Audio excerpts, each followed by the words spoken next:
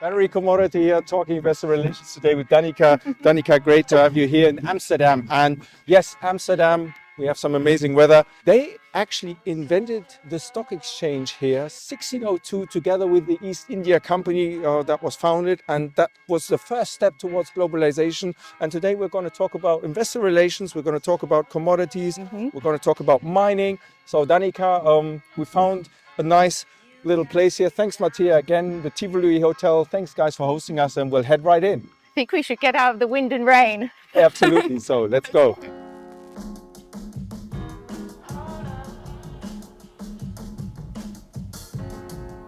Yeah, and great to be in this wonderful location with the Tivoli Hotel. Thank you very much, guys, for hosting us here in Amsterdam. And Dannika, just starting off here, talking a bit about yourself. You're from Western Australia. That's, of course, a mining region within Australia. But even though very few women working in the industry, huh? Yes, so that's true. I seem to work in both mining and finance, which are both male-dominated industries. I mean, my background was in institutional finance. I started off working at the investment banks, and that gave me such a great foundation in, I guess, global markets. But having been from WA, a lot of the deals that we would do would be mining deals. And I had a mining engineer father as well, so I grew up with it, being born in Kalgoorlie, which is a gold rush town. Yeah, and I think it was just a natural progression for me to move into investor relations, because it was really such a great mix of the finance, but also one of my passions is, communication. It was a best blend of the two worlds, I suppose. Yeah, kind of the crossroads where both things come together in investor relations. So you have this kind of the analytics, and then you have the marketing side, the publicity side. Yes. So correct. that's basically what got you excited about the industry, huh? I think so. I never really set out to specialize in natural resources, but having had that background with that technical foundation, it just was a natural progression, sort of fell into it, and I absolutely love it. Okay. Such a great industry. Absolutely. And talking about ESG and the opportunities and the challenges, I've seen that that's quite an important topic for you and your company. So could you share a bit, what are the current challenges and opportunities here?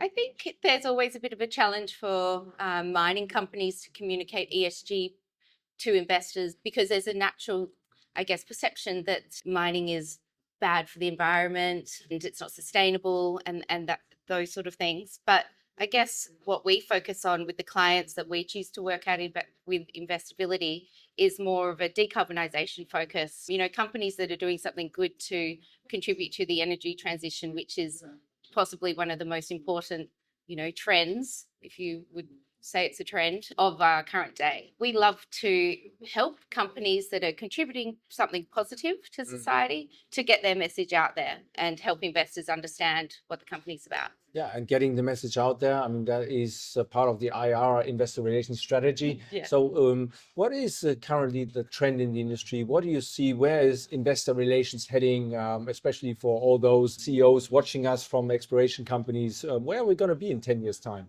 Well, I think that investor relations at its core is about communicating a message or storytelling and trying to really differentiate yourself or create a message that is compelling and can get the attention of investors in what is such a very crowded market. As we were speaking earlier about the conferences, and there's just thousands of companies all vying for the eyeballs and the investor interest. How do you differentiate yourself and get your story to be heard? One of the things is investor relations. That's one of our roles, where we come in and we will help a company sort of craft their messaging. Every company is unique, but they're at the crux of it. If you can boil it down to a message that is consistently repeated and easy to understand, that is going to get the most traction in the market. It doesn't need to be complicated, because what you're really trying to do is get as many people to understand the story as possible. If there's someone in the room that you're meeting with who doesn't quite understand, that's a lost opportunity, I think. And definitely you need storytelling to also make it accessible, make it to a certain level entertaining for people, because otherwise investors turn to the number one metrics they have, which is the share price. And that, of course, can be misleading, because the market does not always honor progress in a project. De-risking in a project, as we've seen with Joby just the last 2 weeks. Yes. So that's why you need storytelling. There's always a balance with storytelling around how do you communicate the technical elements of a story and all of the facts and data that you need to convey for an investor to be able to make a reasonable decision whether they want to invest, or if they're already invested, do they want to accumulate or do they want to sell, with it being interesting, as you said. And what we've been seeing, to answer your previous question, where do we think investor relations is going? I think we're going to see more and more content driven stories. I think video is probably the modern day version of the printed presentation.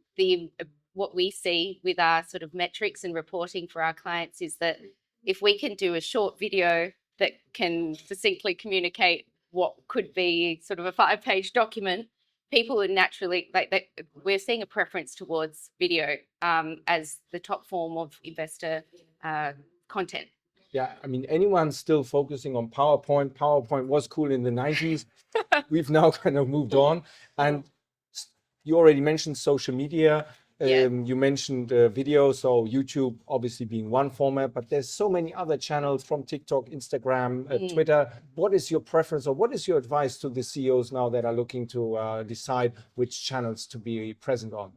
In Australia, I do think the 2 main channels, or 3 main channels, would be LinkedIn for your professional sort of audience. Twitter seems to be, or X as it's called now, there's more day traders on there that would be talking about stock, potentially up ramping, down ramping it, and then also YouTube. They're the 3 core channels. However, we are seeing companies, on TikTok and Instagram. I'm just not sure whether there's as many investors on those channels, but potentially it's a younger audience, whereas LinkedIn and Twitter probably more of an older audience. I think they all have merit. I would say to a company, though, it's better to focus on maybe 1 or 2 core channels rather than trying to spread the strategy thin across a whole range of. It's better to do something well than to do a lot of things not so well or average. I mean, every channel has their own algorithm, has their own way of how you ideally connect with the audience. So definitely agree here. You should focus on a few channels and then reach a high level of quality. Yeah. And I think with social media as well, like, content takes a lot of time and resources to do it well. You really do want to be either outsourcing it to someone who can, do it really, really well for you, or, choose 1 or 2 channels that you're confident in. I think companies that don't have social media, it's a bit of a lost opportunity, because we see investors going to social media to get color that you would not, that wouldn't be provided in, say, an ASX announcement or a regulatory news release. They're looking for a bit of an edge or some sort of background, and that is really key for them to define their sort of investment thesis. It's not only that you can just put out announcements and have a website. Those are obviously very important. All of that digital strategy with investor relations needs to dovetail into one another, because investors will go to like 5 sources of information before they might make a decision on a company. And I think it's also about continuous engagement. I mean, if you take Tesla as the benchmark, there's not an hour, not a minute that goes by with the ticker of Tesla going up on X with some update. And so even if it's just 1 or 2 minutes of a CEO sharing their thoughts of the week, you see so many CEOs work so hard behind the scenes trying to progress the business case of the company without that having any visibility. So unless you meet them on a conference, you're not having access to that story, how it unfolds. I think that's, apart from hiring an external company that knows how you then position that on the channel and how you package it, it's also important that it's not just bringing a company on board. You need to be part of the story, because it is your story and you need to tell it to some extent. You can outsource it, but the most successful companies who I've worked with, there's been a chairman or a CEO or an MD who's really prioritized marketing as one of the most important functions to, communicate to their investor audience, or the shareholders that the company is in existence to serve at the end of the day, for public listed companies. Some of the sort of IR tactics, investor relations tactics, that we find most successful are where we provide an opportunity for an investor to meet management one-on-one.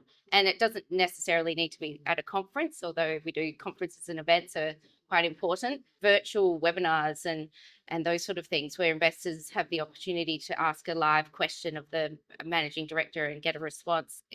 Those sort of things are so crucial to investor sentiment and broader investor understanding of the story as well. I think they're really important. And talking about investors, of course, we want to tap into your expertise a bit. What would your advice be to investors looking to decide to invest in early stage mining? What are the red flags? What are the green flags to look out for? I would say the green flags to start with, look for a management team or the people that have a strong track record of delivering value for shareholders in previous roles, management that can deliver to a timeline. So, for instance, if it's a mining development story and they've published a timeline, we're going to, have a walkout, then we're going to, whether they could stick to that, which is sometimes easier said than done with there's often delays, and also just consistent, transparent communication. There can't be long pauses between news flow. I just find that will erode shareholder confidence very, very quickly. On the flip side, red flags, I guess it would be a lack of consistent and transparent communication, potentially changes in strategy where the company might flip flop and, we're doing this and now we're changed, we're doing this. And potentially also we see a lot of unhappiness sometimes around funding. So I think it's really important that the funding strategy, they have good corporate governance and they know when they're going to raise funds and they're not constantly tapping the market for small raises. I think if you're adding dilution, then you need to show progress against it, that you're very reasonable with your cash burn rate and making sure that I think it's incredibly important. The business case progresses. Then Dannika, one last question from my side. Where are we going to be with investor relations in 10 years from now? Well, I think it's a very interesting question. We're seeing a lot more AI tools come into investor relations, more on the reporting side. There's investor sentiment gauges. They're not very good at the moment, but I think more and more we'll be using these, AI tools and tech tools, not only for reporting and, getting the results in and changing a strategy, but also in the development of investor content, generally speaking. So I think that's been interesting to watch and over even just the past year or so. And then I do think as well in the space that we're in mining, I just think increasingly it's going to become more and more important, especially for younger investors. Mining stories are more sustainability focused or, have strong ESG credentials, those sort of things. And it's going to be around how do we best communicate those. Probably more two near-term things, potentially in 10 years' time. No. What do you think? Yeah, it's definitely going to be exciting. And with AI coming in, it's going to be even more important to have authenticity. So when we're recording here, for example, it's more or less a one take, and we're not going to do AI editing as such. And it's these credible stories bringing out authenticity and connecting, giving your shareholders the opportunity to really connect with you. And that's, of course, we have compliance, there are rules. If you're publicly listed. But then again, you should share as much as possible to just take people along your journey. 100%. Yeah, I agree more. So thanks again, Dannika. It was an absolute pleasure. Safe travels in Europe and good luck with the next conference in London. And thanks to the Tivoli Hotel guys, you rock. Thanks for hosting us here. Take care, guys. Enjoy our channel.